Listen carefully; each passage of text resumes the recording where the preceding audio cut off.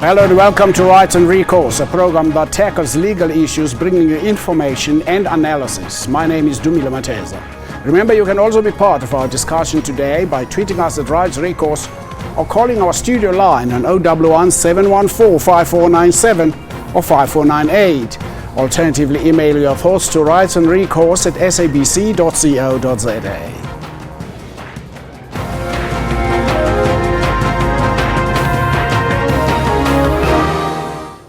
If you read this then, I am dead. This is the opening line of a letter hidden under a carpet, followed by a confession to a murder committed nearly 13 years ago. The chance discovery of the letter on March 31st, 2012 reawakens a case long considered to have run cold, and a hunt begins for the man who kidnapped and killed Betty Ketani and were convinced that they had gotten away with murder.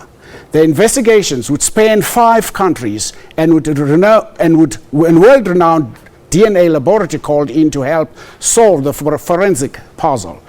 The author of the confession letter might have feared death, but he is very much alive, as are the others implicated in the crime.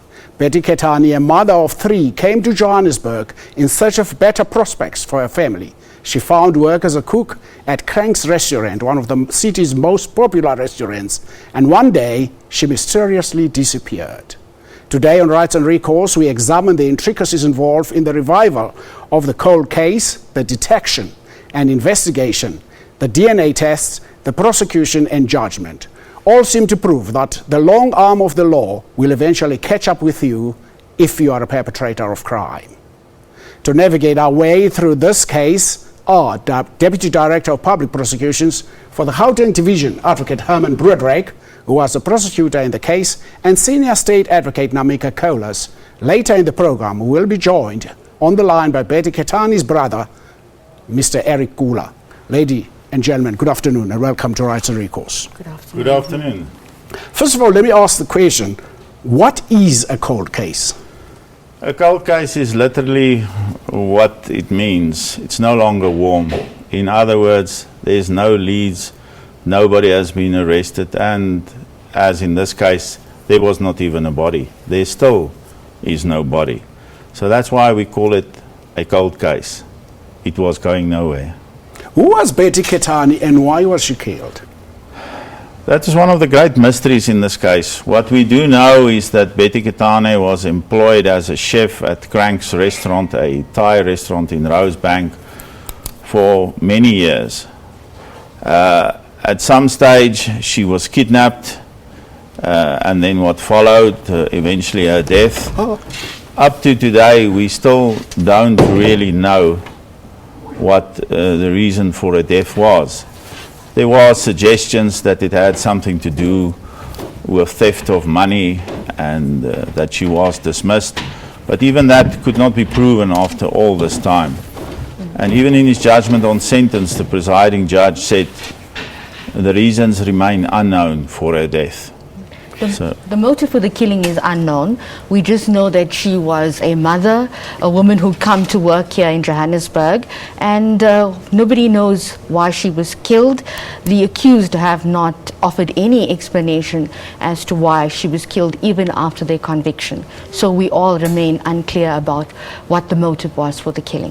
I hear you say it's a mystery and nobody knows. Isn't that what the trial is for? Yes, but in terms of South African law, we do not have to prove the motive for an offense. Yes, if you do have a motive or if you have evidence in that regard, it would really assist in determining the guilt of the accused. But our law is clear on that. We do not have to prove a motive. And this is one of those rare cases where the motive will remain a mystery. And the accused as well. I mean, they have a right to, their version has been that they are not involved in the commission of the offences, and they have chosen not to tell us, that they did participate and what the motive was. So even at sentencing stage, no motive was offered. It was just a denial of the commission of the offences. Advocate Broodryk, despite the confession early in the trial, a plea bargain was entered into with some of the perpetrators. A Section 105A, subsection 1 of the Criminal Procedure Act number 51 was entered into. Was this the only way the prosecution could nail the accused? No, it was not, because we did have the letter. We did have the letter from the beginning. But yes, the fact that 3 of the accused came and made offers to enter into plea agreements with us on condition, obviously, that they then later testify against the other accused, that did assist us. It helps always. I mean, you get the inside man, what we refer to, and if the inside man can give you details of how this was done, that's very helpful, because all we had was this uncorroborated confession. And in our law, you know, you have a confession, but you need some sort of corroboration for that confession. And who better to give us this corroboration than the people that were in fact involved in some parts of committing these offences. So we needed the 105A. For the benefit of our viewers, I don't want to weigh their mind, but for their benefit, what is the meaning of this section in the Criminal Procedure Act? In the past, our law did not allow for a plea agreement. Even if a prosecutor and a defense counsel entered into a plea agreement, the court was not bound by it. In other words, you go and you plead guilty to something, then you might get a sentence which you do not really want. So this was why this specific action section was enacted, in order to assist the state and obviously to make it attractive for accused to come to court and not to waste the court's time and then enter into agreement. A plea agreement is really about a give and take, so there's something which we want and there's something which they want. So in the end, I mean, we have to agree on what is contained in that agreement, and the court is then bound to it. But I must emphasize this, that the court has to confirm the contents thereof, and the court has to be happy with it. If the court is not satisfied with the contents, it can decide not to confirm it, and we will then have to proceed with our case. I must indicate in this specific case, we asked, you know, the family also plays a part in the agreement. The agreement needs to be explained to them. The sentence needs to be explained to them. We need to explain to them. The family of the deceased. The family of the deceased. Mr. Kula, Betty's brother, he represented the family. He was called. We told him why we needed the agreement. We have to ask him, you know, what does he feel regarding the sentence, because the agreement contains the agreement of what you're going to plead to as well as the sentence. And we had to explain that to him. And when we took the agreements in this case, you know, the court called Betty's brother, and he was called by the court, and the judge asked him, was this document explained to you? Do you know what you signed? Were you happy with the sentence? He also needs to agree. Then we get the police as well. They also have to confirm and agree to the document. So it's just not us concluding the document, although we're the final authority, but we have to consult the family as well as the police before making the decision to take. Apparently, permission must also be obtained from the National Director of Public Prosecutions. No, we do not need to obtain his permission in this specific case. I do have the necessary authority. He has granted me the necessary authority to enter into such plea agreements. But if it was let's say, a very high profile or a very sensitive case, we might have informed him beforehand, but for this specific case, I did not require his authority now. The case actually went on for about 4 years, meaning that whilst the Oscar Pistorius trial was going on, this case was going on too. Yes, that is correct. Originally there were 6 accused, as you've already referred to the fact. 3 of them then pleaded guilty in terms of Section 105A. They were convicted and sentenced on the 22nd of July 2013. That then required a separation of trials, which, let's call it the second part of the trial, then only started in February 2014. And to the day of the judgment, it was exactly 2 years since the accused first pleaded and we started pleading evidence. Well, we are examining the death of Betty Ketani, the Betty Ketani trial that took place was it in Palm Springs, Johannesburg? Palm Ridge, the court, the magistrate court there as the working as the South Gauteng High Court. If you'd like to join us in today's discussion, please call us on 011 714 5497 or 5498. Alternatively, you can tweet us at Rights Recourse or email your thoughts to rightsandrecourse@sabc.co.za. Stay with us.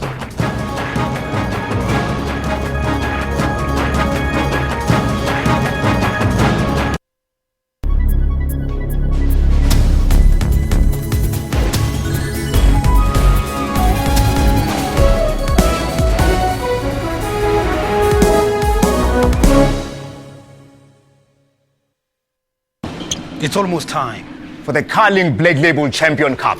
Once again, we, the fans, have the power to be the coach. We know you better than anyone. We will select the starting lineup. We will lead you to victory. And together, we will be champions.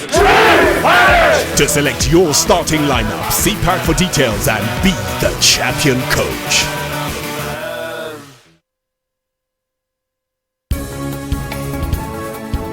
News Today keeps you informed with news locally and around the world. When Judge John Hlophe challenged the Supreme Court of Appeal when it sent the matter back and said that there must be an inquiry set up. We unpack business news. There's an increase in general inflation in the country. We give you up-to-date news of the day. The drugs were seized at several locations in Sydney, including a shipping container sent from Hong Kong. Police say it's the largest haul of illicit drugs in 2 years.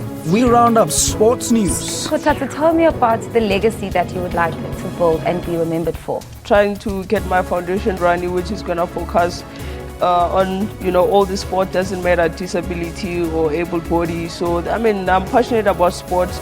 Stay informed every Monday to Friday from 3 to 5:30 p.m. CAT. SABC News.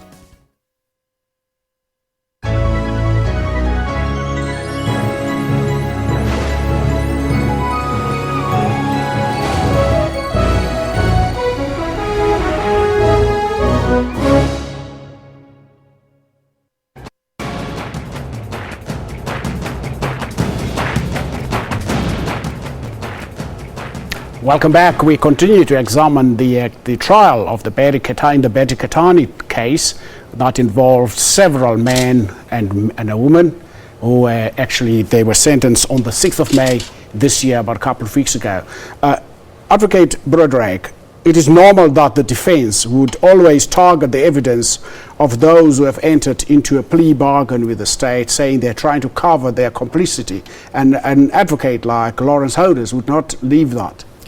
No, that is quite correct. And knowing Lawrence Hoders for a very long time, we are very good friends and we've often acted against each other. I exactly expected him to do that. And as you've correctly pointed out, most of these witnesses are not angels, and we did not try and pretend that they are angels. To coin a phrase, sometimes you have to use a crook to catch a crook. So we expected that their credibility would really be taken to task. You try and consult your witnesses and prepare them as best as you can, but at the end of the day, you have to try and present your case as best as you can and see where you can find corroboration, or let's call it guarantees for the evidence, because obviously they have intimate knowledge of the offense and they can easily tailor the evidence to suit their own needs. That is correct.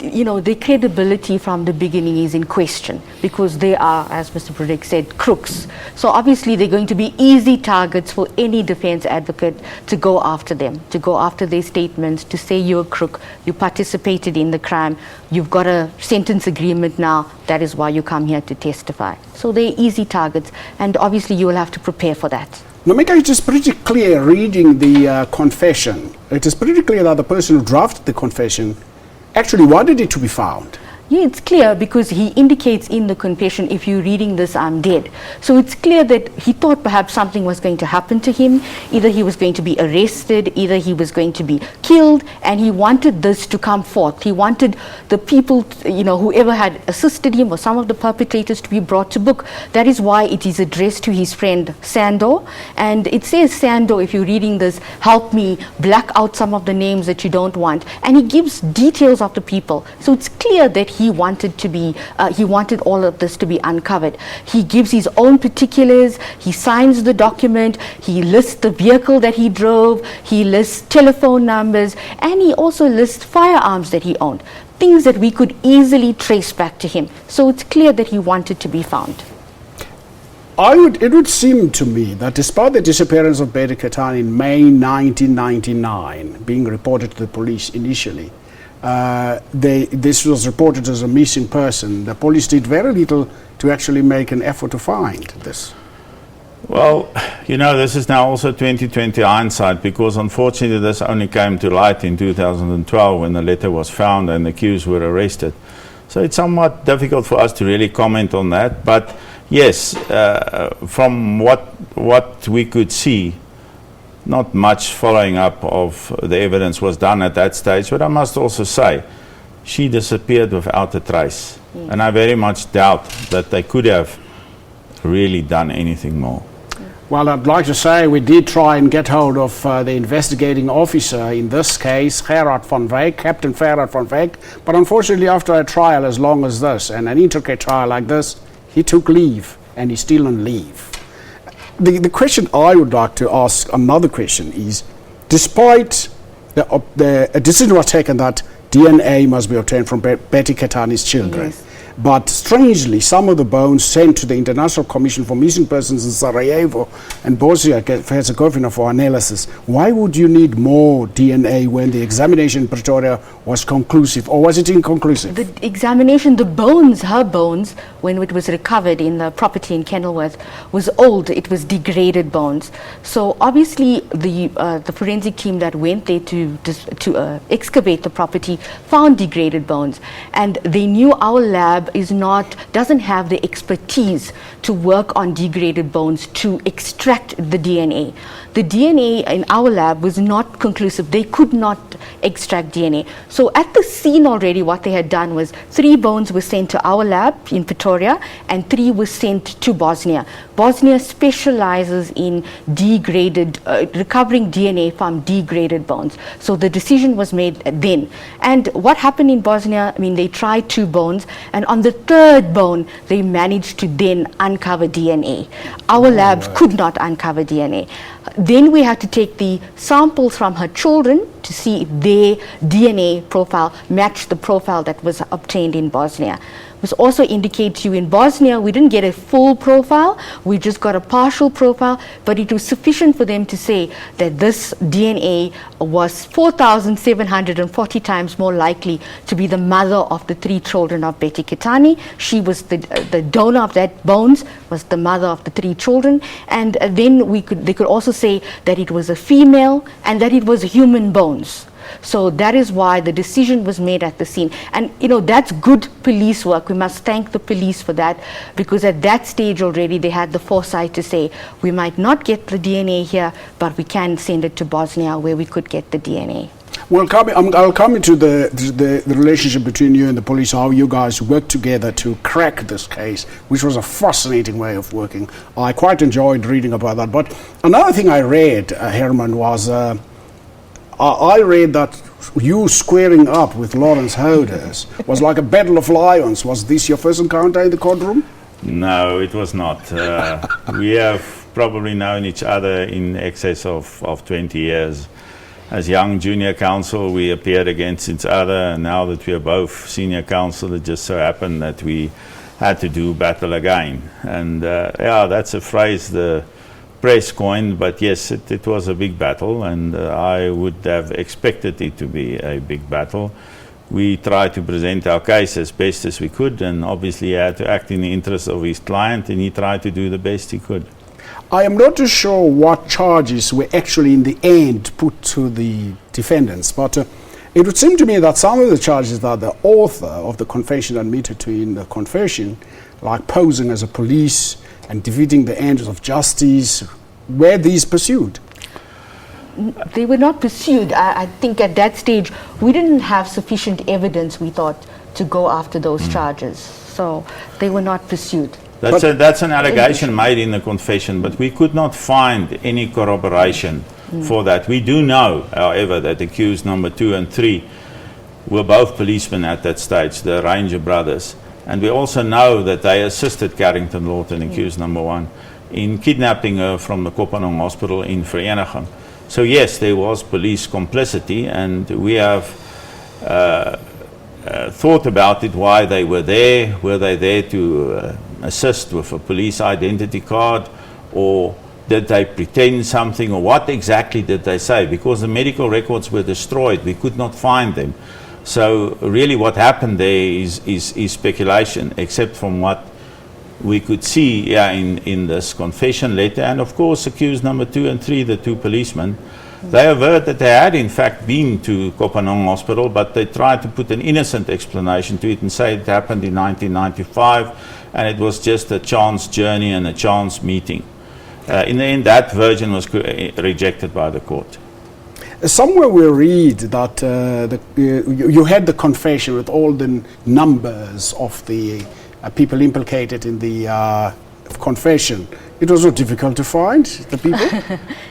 13, 14 years later, you know. But as we said, the one policeman did have the number. He admitted to the number. The owner of Cranks, his number was there. But the other people, things changed. We couldn't really find them. You know, it took some detective work to get them. It's not as easy as just having the number there. What goes into identifying bones of a person who has died 10 years or more ago? How do you mean? What do you mean? How do you extract DNA? I know you've explained it, that our tests here were inconclusive and these have to be taken to Sarajevo in Bosnia-Herzegovina. Yes. But what are you looking for actually? We're looking for a DNA profile. We're looking to see, you know, in South Africa we have DNA profiles for two different reasons. We have one where we're trying to say, you know, if somebody rapes someone else and leaves a semen sample, we're trying to say, does that DNA implicate the accused? In our case, we had a different sort of DNA requirement. We didn't have any body. So that is why the bones were so important to us, to say, you know, whether or not those were Betty's bones, whether they were human bones, and that was very important for us. So that is why the bones we needed a DNA profile from the bones. So that is what we're looking for, to get a DNA profile. It's a forensic process. You know, in Bosnia, they came here, they explained to the court how they cut pieces of bone, run it through a system, chemically wash the bone, and then, you know, from little pieces of bone, they extract this chemical thing called the DNA profile, which we all have. All human beings have this DNA profile. So it's a forensic process to go and get this DNA, and it's all done in a lab.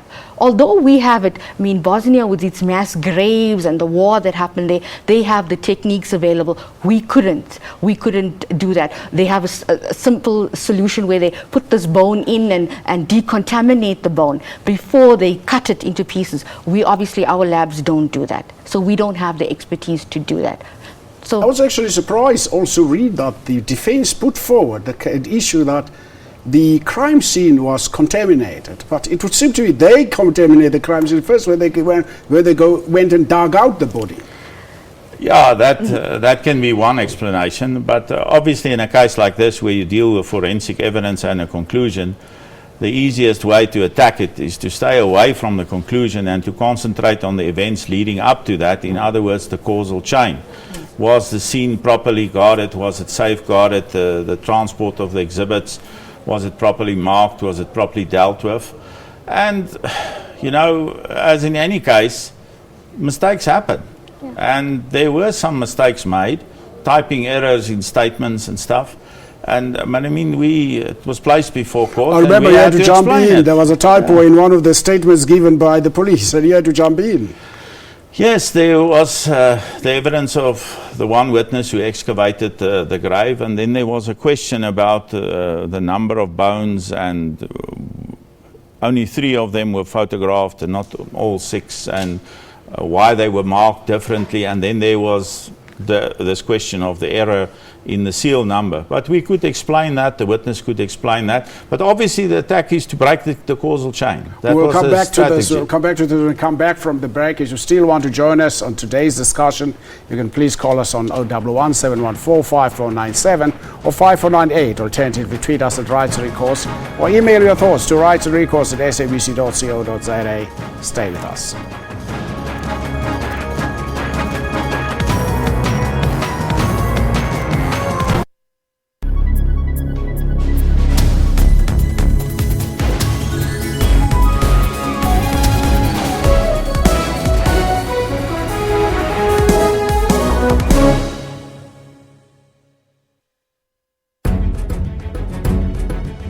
Did you go to heaven? Kelvin is the one who created all this. What are you fighting over? Us? If there is 10 million in my account, it will be in the front page the next day. Do you have 10 million? Oh, Jesus, hold my hand. Hallelujah. It's happening right here on Question Time today. Monday to Thursday at 5:30 p.m. on the SABC News Channel.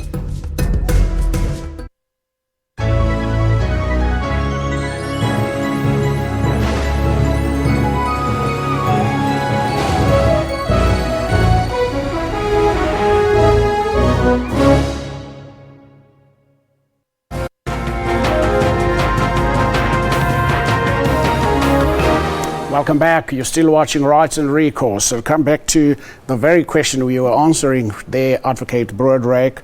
You can come in, Namika. The question I wanted to ask was, or wanted to push was, it was very clear from the answer that there was always going to be discrepancies and that the defense would find in the confession, in the DNA results, and the handwriting issue. That's why you had to get a handwriting expert. I think that is, that is a defense strategy. That's what they must attack. That is the circumstantial evidence that we all use to prove ultimately that the accused had committed the murder. So the defense must attack that, and obviously they will go for these little errors that are there. I mean, the chain evidence will not affect the admissibility, but how much of value does the court attach to chain evidence when they are typographical errors? If you can't explain it, it will be a problem. But in our case, we could explain this typographical errors, the errors in the seal numbers.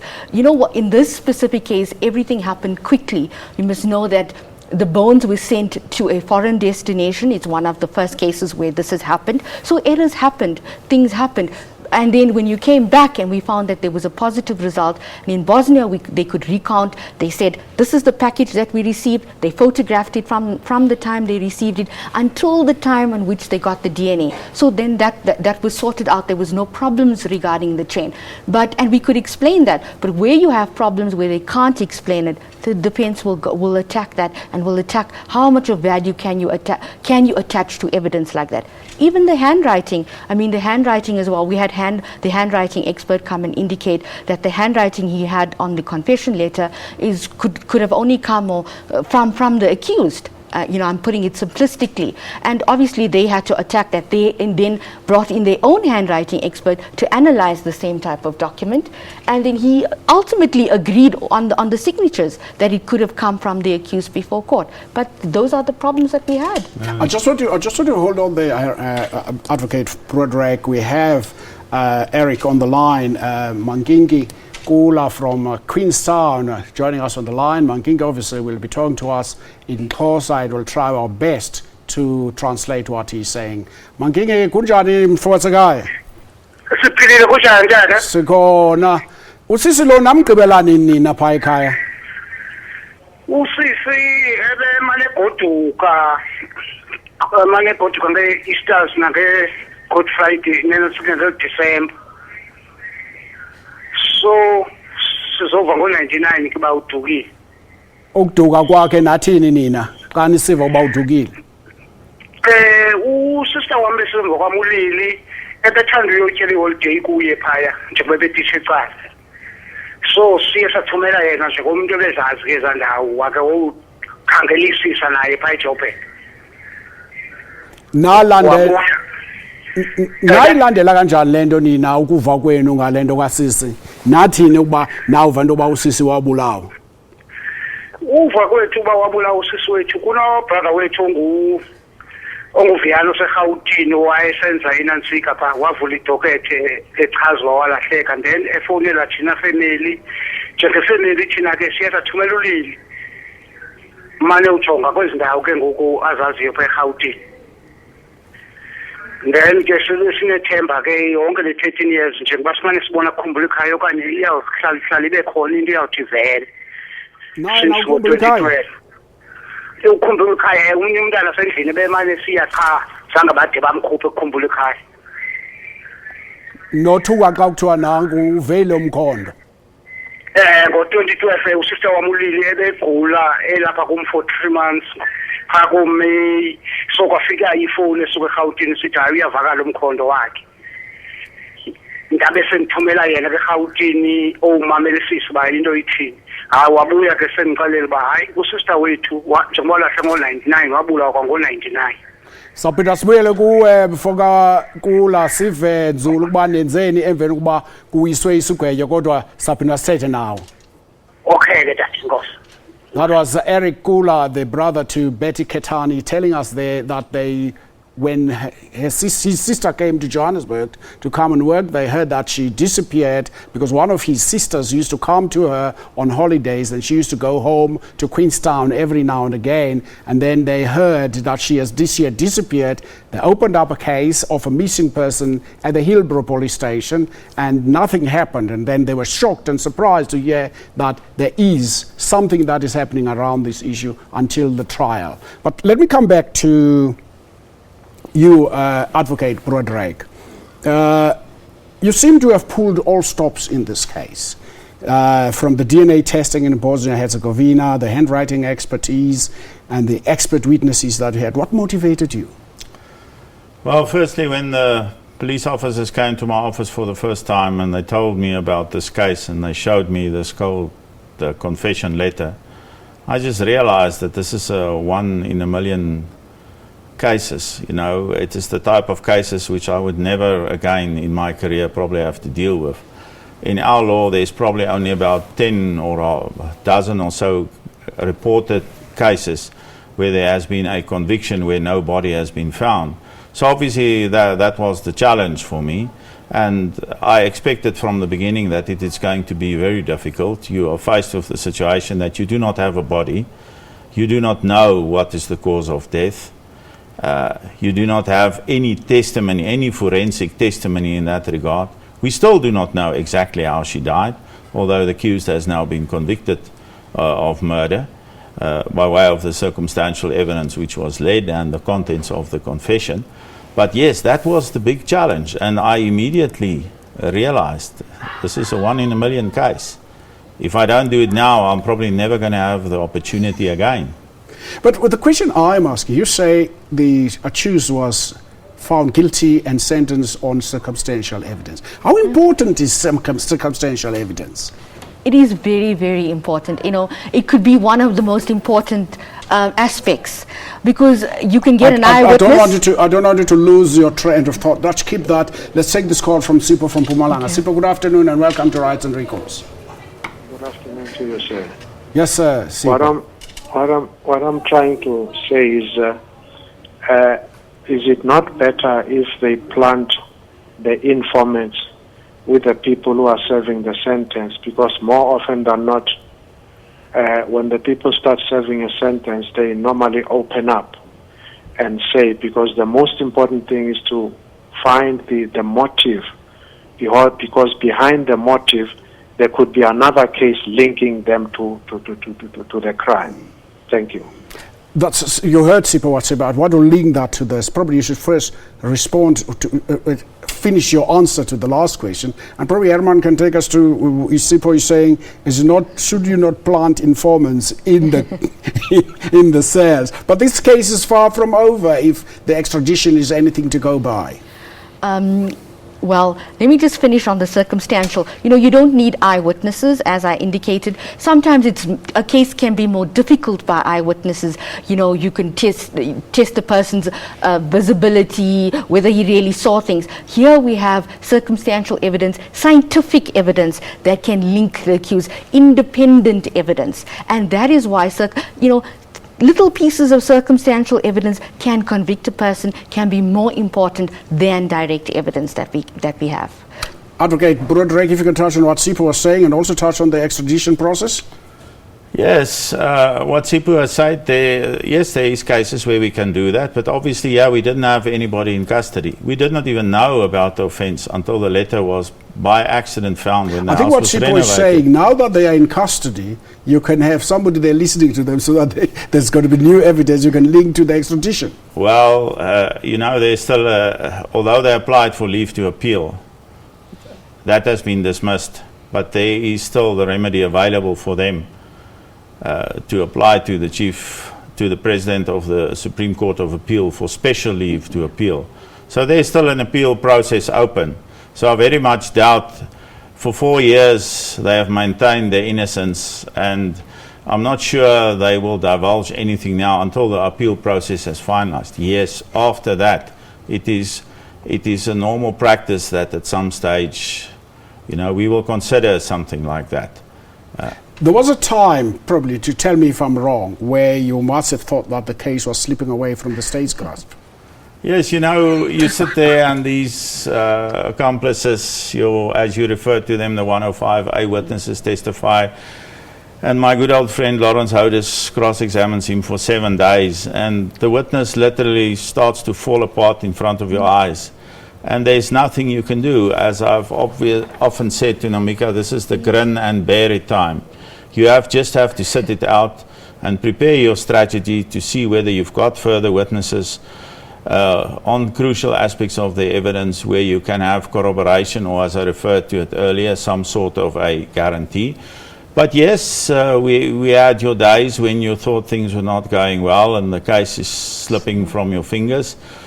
But yes, this is like a rugby match. I mean, you put up the ball and we storm in and we see whether we can get the ball back and attack again. That's the only way. You must attack again. Keep on. Another thing that fascinates me in this case, in this particular case, it is not normal that the defense would put its key witness on the stand or they put the accused on the stand.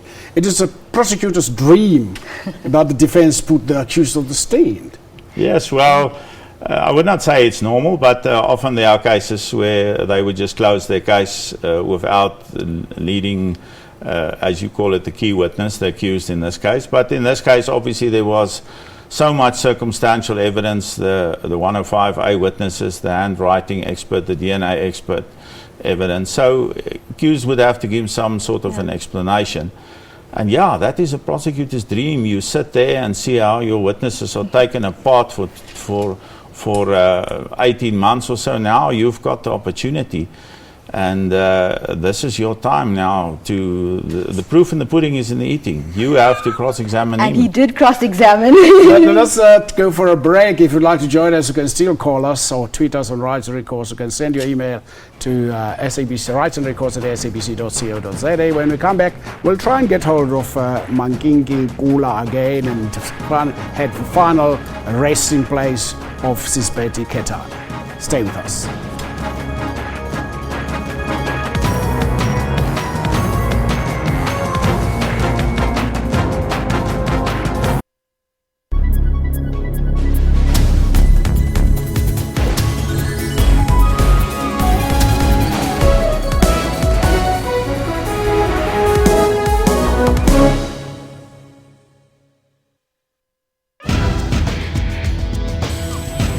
Technology isn't all scary.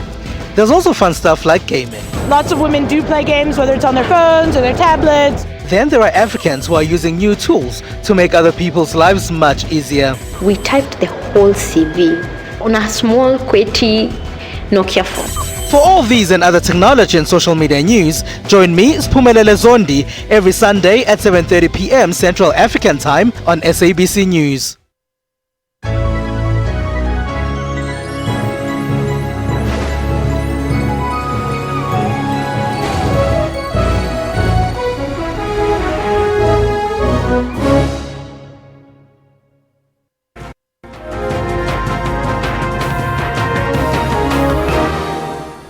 Welcome back. We are still talking about the disappearance and the trial of the Betty Ketani case, the cold case, as the prosecutors have been telling us here. But on the line, we go back to Eric Mangingi Gula, the brother to Betty Ketani. For Gula, emveni kokuba isigwebo siwisiwe benikhona xa isigwebo siwiswe enkundleni. Yeah, bezikhona nobulelwa i-second born yakhe nge-6 zikamengo bagwetywa nabuya ke ngoku nazothatha umphefumlo wakhe. Yenziwa njani loo nto phaa ekhaya? Andifuna usixelike zonke ii-details, ungasixela nje ngokufutshane.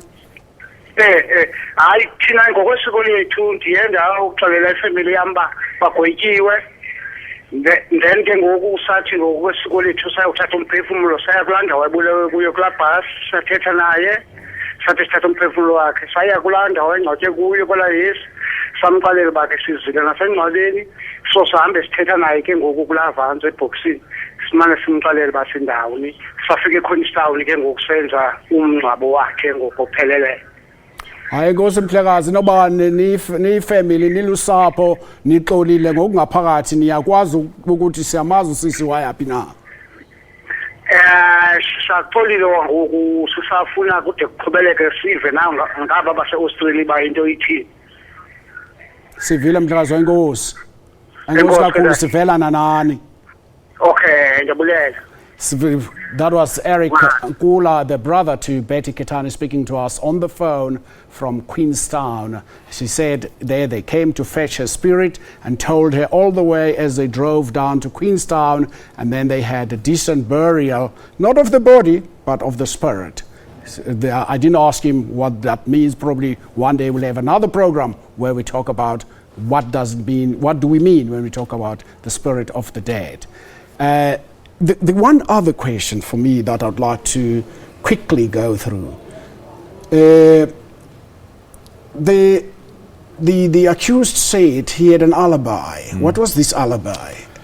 The accused alibi, when he eventually came to testify, this is the first time, of course, we heard about it, because this was never his defense at his explanation of plea, or during the state case it was not put to the witnesses. So yeah, we sat there dumbfounded when we heard that now his alibi is that he was in Hermanus at the relevant time when the murder allegedly occurred. And he gave the names of certain people who would allegedly corroborate his alibi. One of those people was Mark Lister, who's now in Australia. No. Mark Lister is someone that will come to with the extradition, but he gave the name of Dawson. He said he was with Dawson and with another female, which we then managed to then trace. And then lead the evidence to show that in fact during that period he was not in Hermanus with them, and that's how we managed to then disprove his alibi. Yeah, to me that looked like almost like an afterthought. And when I cross-examined him about it, his only explanation, which was not sufficient, is he blamed his counsel. You know, if you can't blame anybody, blame your counsel. But I also think that he probably thought that it was a risk worth taking and that we would not find them after all this time. But yes, we had a experienced investigating officer, and he found both of them, and they clearly disproved his alibi. So that was actually a bonus for us then. I heard you earlier say he was convicted of murder, but if you read the story, this was not just murder, this was premeditated murder. That's a legal question. Yeah, that's a legal question. You know, the court found him guilty. I'm allowed to ask legal questions. Yes, you are. The court convicted him at the end of the day of murder in the form of dolus eventualis.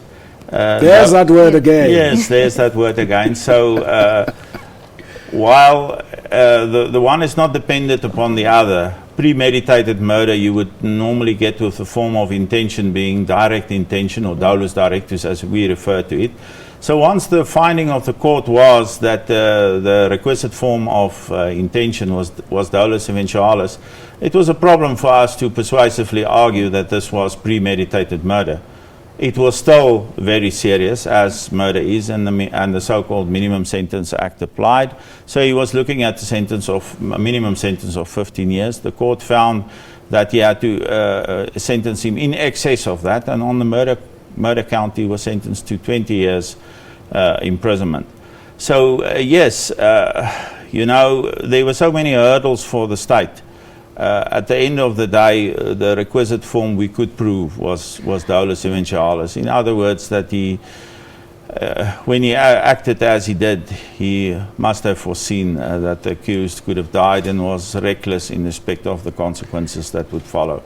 As you say, a legal concept. Yeah, as you say, we were bound by also the confession that we have here. We don't have enough facts to tell us that it was premeditation, because from the confession, we don't even know what was the cause of death, how she was actually killed. So that is the hurdle that we faced in proving premeditation. If you don't know how somebody is actually killed, whether they took a gun and shot her or she just lay there on the bus and died, so how could we prove premeditation? We did not have enough facts to prove that. I'm not trying to prove a case here, argue a case with you, but what I'm trying to say is they first stabbed her along the road, left her there, thought she's dead, and she was picked up by somebody and rushed and taken to the Kopanong hospital in Vereeniging. Yes. They went there, they abducted her, and they killed her. Yes, but you see what happened after they kidnapped her is shrouded in mystery. We don't know what happened. Even if you read the confession, he talks about we killed her. He does not give any detail whatsoever. And as Namika has pointed out, we are bound by that. We don't have anything else. That is our case. At the end of the case, the defense brought a Section 174 application. Did the defense give their reasons? Did the defense give their reasons on the fact why? Because there was nobody. There was just a correction at the end of the state case, but perhaps at the end of the state case, before they led evidence. Before they led evidence, yes. I just want to, go back to where Mr. Brudek says it's his dream to then get to the accused, and then that's our chance. Understand. And that's the stage at Section 174 when we close our case. Then we know we are halfway, and at that stage as well, we then know, is the court asked, is there sufficient evidence upon which a reasonable court can convict? And you asked, there are times when you don't know, you feel the case is slipping out of your hands, but at Section 174, it's a halfway point. There's no evidence. The court can then discharge the accused as they did in the Devani case. But at this stage, the defense brings the application. In our case, there were some of the counts, the conspiracy counts, on which the accused was then discharged. But what remained was the murder count, the kidnapping count, and the court then at that stage, discharged him on the counts that we couldn't prove. But once that is over, then there is sufficient evidence. The accused is then put on his defense, and we can start cross-examining. It's a good indicator for us as well, how much of faith, whether or not we've proven our case, and it's a good indicator for the accused that at this stage he needs to come and give evidence in his defense, or the court is thinking, there's sufficient evidence here. So, and that's when then you can cross-examine the accused. He comes to the stand, and then all the punishment that our witnesses took, Mr. Brudek then took 10 days to then cross-examine him as well. Well, interesting case here. If you'd like to join us in today's discussion, please tweet us and write Recourse, or you can email your thoughts to rightsrecourse@sabc.co.za. Stay with us.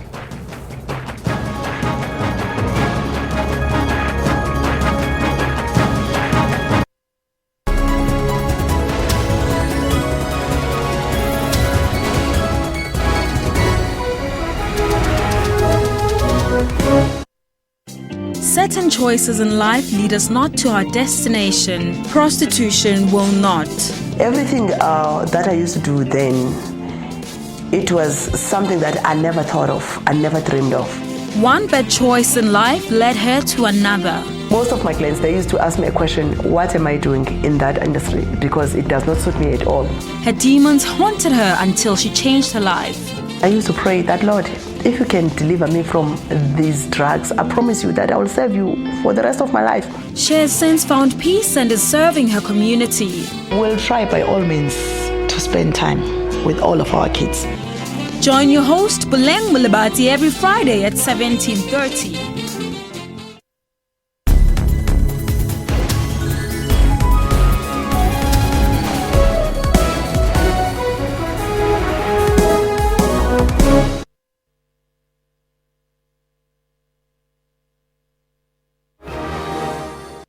Welcome back to Rights and Recourse as we discuss the Betty Ketani case, strange case in South Africa, a cold case that has given us a verdict and a judgment and a conviction.